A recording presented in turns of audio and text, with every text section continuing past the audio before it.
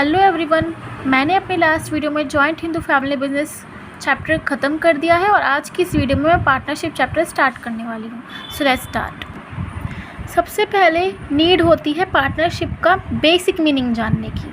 तो पार्टनरशिप जो है फॉर्म ऑफ ऑर्गेनाइजेशन का ही एक पार्ट है जो आजकल बहुत बढ़ रहा है और इम्पोर्टेंस कमा रहा है, क्योंकि एक इंडिविजुअल पर्सन जो होता है, जो एंटरप्राइज खोलता है अपना, वो मतलब इनफ नहीं होता कि वो ज़्यादा से ज़्यादा कैपिटल खुद ही लगा सके और उसके पास ज़्यादा से ज़्यादा नॉलेज हो हर चीज़ के बारे में, और वो हर चीज़ मैनेज भी नहीं कर सकता।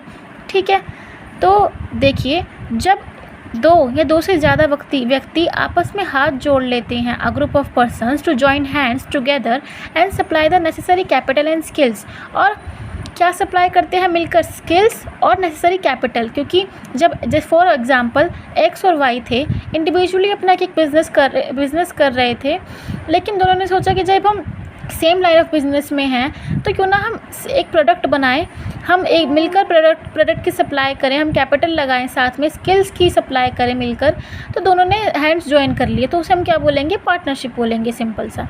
ठीक है, this partnership organisation has been adopted to arrange more capital. तो इसीलिए पार्टनरशिप ऑर्गेनाइजेशन जो है वो किस लिए बनाई गई है? ताकि ज़्यादा से ज़्यादा कैपिटल अरेंज हो सके, ऑफर बेटर स्किल्स को ऑफर कर सके, control and management to take advantage of high degree of specialisation and division of labour and to share the risk. और कंट्रोल कर सके, मैनेज कर सके, ठीक है, और जिससे कि हम ज़्यादा से ज़्यादा हाई डिग्री ऑफ स्पेशलाइजेशन की एडवांटेज उठा सकें, फ़ायदा उठा सकें, डिवीजन ऑफ लेबर का फ़ायदा उठा सकें, और ज़्यादा से ज़्यादा रिस्क हम शेयर कर सकें, क्योंकि ऑब्वियसली जब हम प्रॉफिट शेयर कर रहे हैं तो हमें रिस्क भी शेयर करना होगा। ठीक है, अब ये जो पार्टनरशिप एक्ट है, ये किसके एक्ट के थ्रू ये पार्टनरशिप होती है? तो हमारे इंडिया में the Indian partnership act 1932 section 4 ये वाला एक्ट है जिसके थ्रू ये पार्टनरशिप होती है। ये एक्ट काफ़ी इंपॉर्टेंट है और एक प्लस पॉइंट है हमारे एग्जामिनेशन पॉइंट ऑफ व्यू से देखें तो।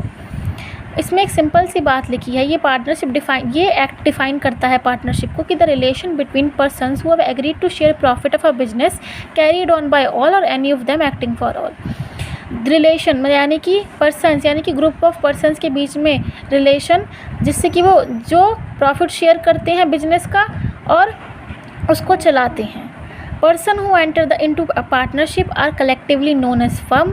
वो पर्सन्स जो कि पार्टनरशिप में एंटर कर रहे हैं उन्हें हम कलेक्टिवली क्या बोलेंगे? एक साथ क्या बोलेंगे? हम बोलेंगे फर्म बोलेंगे। बट अकेले अलग अलग क्या बोलेंगे? हम पार्टनर्स बोलेंगे। ठीक है, अगर हम एनालिसिस करते हैं इस डेफिनेशन को तो हमारे पास 3 पॉइंट्स आते हैं। ठीक है, तो फर्स्ट पॉइंट है हमारा, partnership is the relation between persons. Partnership क्या है? पर्सन्स के बीच में एक रिलेशन है। That is at least 2 persons must be there to constitute a partnership. यानी कि मिनिमम मेंबर्स कितने होने चाहिए? 2 पर्सन तो होने चाहिए पार्टनरशिप बनाने के लिए, पार्टनरशिप में एंटर करने के लिए। There should be an agreement between them.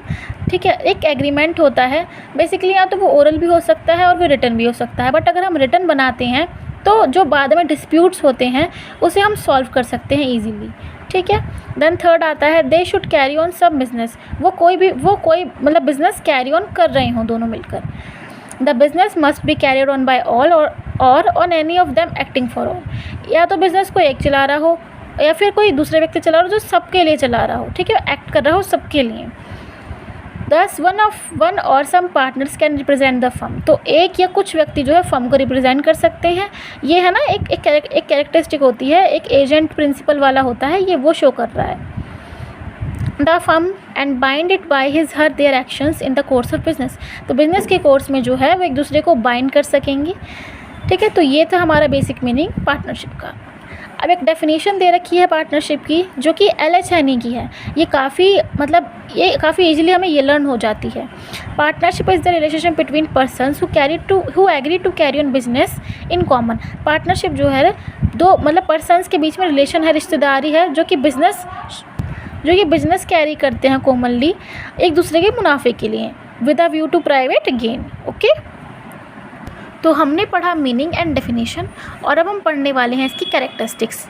Partnership की कैरेक्टरिस्टिक। तो पहली कैरेक्टरिस्टिक यही है फर्स्ट की association of 2 or more persons. In partnership there must be at least 2 person. Minimum कितने मेंबर्स होने चाहिए? 2 मेंबर्स होने चाहिए। Partnership is the outcome of a contract, so there must be 2 persons. Okay, the persons becoming partners must be competent to enter into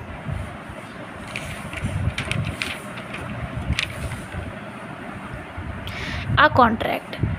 minor can not form a partnership. अभी देखिए इसमें minor जो है partnership form नहीं कर सकता, और ये इसमें पार्टनरशिप एक्ट दे रखा है, लेकिन माइनर के लिए भी एक पार्टनरशिप एक्ट है, सेक्शन 464 ऑफ कंपनी एक्ट 2013, जिसके लिए मतलब ये पार्टनरशिप का मैक्सिमम नंबर ऑफ वो बता रहा है कि मैक्सिमम नंबर कितने हैं मैक्सिमम नंबर ऑफ मेंबर्स कितने हो सकते हैं इस एक्ट के थ्रू।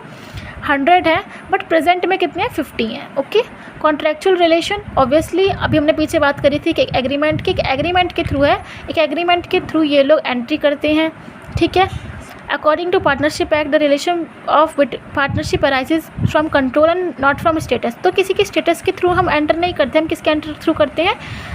एक्ट के थ्रू एंटर करते हैं। देन थर्ड है अर्निंग ऑफ प्रॉफिट। ऑब्वियसली जब 2 व्यक्ति बिजनेस कर रहे हैं तो उनका पहला मोटिव क्या होता है? प्रॉफिट कमाना ही होता है। ठीक है, अगर वो किसी चैरिटेबल पर्पस से, अगर वो किसी चैरिटी पर्पस से या फिर किसी सोसाइटी को सर्व कर रहे हैं, यानी कि उनका अगर मोटिव प्रॉफिट कमाना नहीं है, सोसाइटी को सर्व करना है वॉलंटरली, तो हम उसे पार्टनरशिप नहीं कह सकते। एग्जिस्टेंस ऑफ बिजनेस, ऑब्वियसली जब 2 या 2 से ज़्यादा पार्टनर्स कोई कुछ कर रहे, मतलब आपस में उन्होंने हाथ मिलाया है, तो ऑब्वियसली कोई बिजनेस तो होना ही चाहिए। ठीक है, और बिजनेस क्या होता है? बिजनेस होता है प्रोडक्शन, डिस्ट्रीब्यूशन और rendering of service for the purpose of earning profit. Profit कमाने के लिए प्रोडक्शन करना, डिस्ट्रीब्यूशन करना और सर्विसेज को रेंडरिंग करना। इम्प्लाइड अथॉरिटी के बारे में बात की गई है। There is an implied authority that any partner can act on behalf of the firm.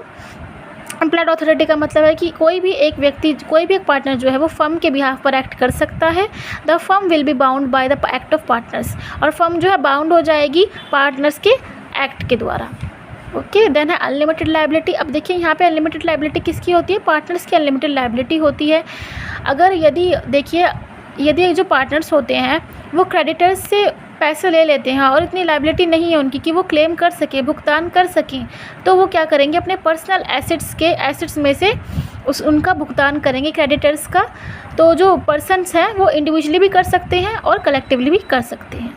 Then principal and agent relationship, अभी हमने पीछे बात करी थी ना 3rd पॉइंट में कि या तो एक पर्सन एक्ट कर सकता है जो फर्म को बाउंड करेगा, या सब एक्ट कर सकते हैं। ठीक है, each and every person allowed. Then आता है इसमें अटमोस्ट गुड फेथ। ठीक है, अब पहली बात जो बेसिस होता है पार्टनरशिप का, जो बेसिस होता है वो म्यूचुअल ट्रस्ट और गुड फेथ होता है, यानी कि एक भरोसे और एक विश्वास के साथ हम पार्टनरशिप करते हैं। हर पार्टनर ऑनेस्टली रिएक्ट करता है, जिससे कि हमारी पार्टनरशिप फॉर्म होती है। अगर यदि भरोसा नहीं है किसी पार्टनरशिप में तो क्या होगा? डिस्ट्रस्ट होगा, और आगे चल के मतभेद पैदा हो सकता है, कॉन्फ्लिक्ट हो सकते हैं, जिससे कि जो हमारा फर्म है वो फेलियर हो जाएगा। ठीक है, देन है restriction on transfer of shares. अब देखिए हम बिना कंसेंट करे, पार्टनर्स को बिना बताए और सभी पार्टनर्स को बिना बताए हम अपने शेयर्स जो है किसी को ट्रांसफ़र नहीं कर सकते या किसी को बेच नहीं सकते। Then common management, every partner